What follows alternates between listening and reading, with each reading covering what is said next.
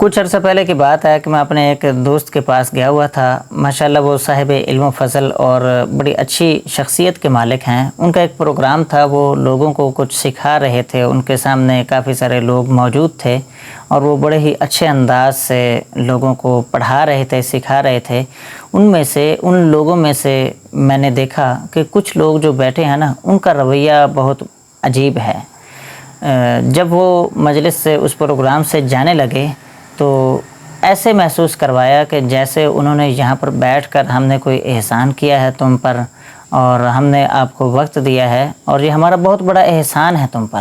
یہ رویہ ہمارے ہاں عام ملتا ہے۔ ایک استاد کو، ایک معلم کو، ایک ٹیچر کو، ایک پڑھانے والے کو، ایک مبلغ کو اس بات کو فیس کرنا پڑتا ہے۔ گویا کہ لوگ سمجھتے ہیں کہ ہم نے ان کے پاس بیٹھ کر اور ان کے پاس آ کر کوئی بہت بڑا احسان کیا ہے ان پر۔ یہ بات ٹھیک ہے کہ وہ آئے، انہوں نے اپنا قیمتی وقت دیا اور ہو سکتا ہے انہوں نے کوئی بھاری بھرکم فیس بھی پے کی ہو، لیکن اس کے باوجود کیا اس کے بدلے میں یہ ضروری ہو جاتا ہے کہ انہوں نے کوئی احسان کر لیا ہے؟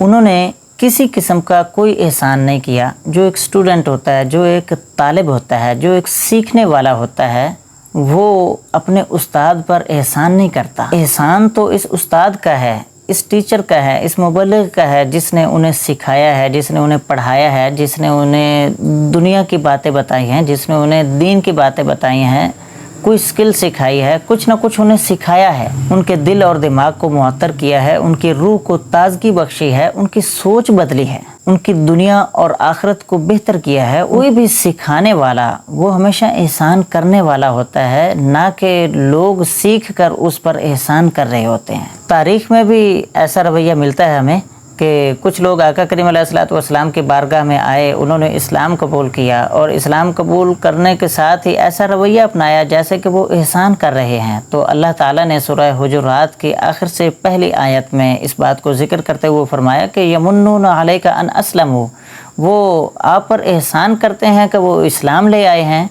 قل لا تمنوا علی اسلامکم، تو آقا کریم علیہ الصلوۃ والسلام کو اللہ تعالیٰ نے فرمایا کہ اے محبوب فرما دیجئے کہ اپنے اسلام سے مجھ پر احسان نہ کرو، بل اللہ یمن علیکم ان ہداکم، بلکہ اللہ تعالیٰ نے تم پر احسان کیا ہے کہ اس نے تمہیں ہدایت دی ہے۔ تو اس لیے ضروری ہے کہ جو بھی ہمارے اساتذہ ہوں، جن سے ہم کوئی فیض حاصل کرتے ہیں، کچھ سیکھتے ہیں، کوئی بھی اسکل سیکھتے ہیں، کوئی بھی بات سیکھتے ہیں، تو ہم ان کا ادب احترام کریں، ان کے ساتھ ہمیشہ ادب و احترام سے پیش آئیں، اور جب ان کا ذکر خیر کریں تو اچھے انداز سے کریں۔